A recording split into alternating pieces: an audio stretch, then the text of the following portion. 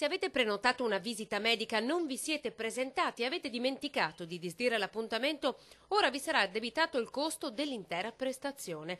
Lo ha stabilito l'ultima finanziaria del governo e la norma è stata recepita in toto dalla Regione. Il governatore oggi al Vinitaly da Verona ha chiarito la bontà di questo nuovo corso, facendo appello al senso di responsabilità degli utenti delle strutture sanitarie. Si parla tanto di liste d'attesa. Se io sono in attesa per una radiografia e poi non mi presento perché ho cambiato idea o perché sono andato da un'altra parte, vuol dire che ho rubato il posto a qualcuno che poteva farla. Ed è giusto che chi non si presenta paghi il conto. A me sembra tanto normale, non c'è nulla di persecutorio, ma quando tu ti prenoti stai rubando il posto a una persona che magari può avere più bisogno di te. Insomma, una battaglia diretta agli smemorati, considerando che soltanto nel 2016 sono stati, solo nella Marca Trevigiana, 9.500. Un bel costo per le strutture sanitarie che di fatto devono pagare gli specialisti, ma soprattutto un danno alla collettività che avrebbe potuto accedere a quelle visite con maggiore priorità.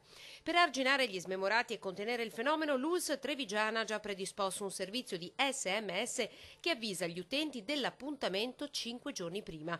Spesso infatti le visite vengono prenotate anche a 180 giorni. Per le emergenze il Veneto ha previsto una deroga, ma bisognerà poterlo dimostrare anche previo certificato medico.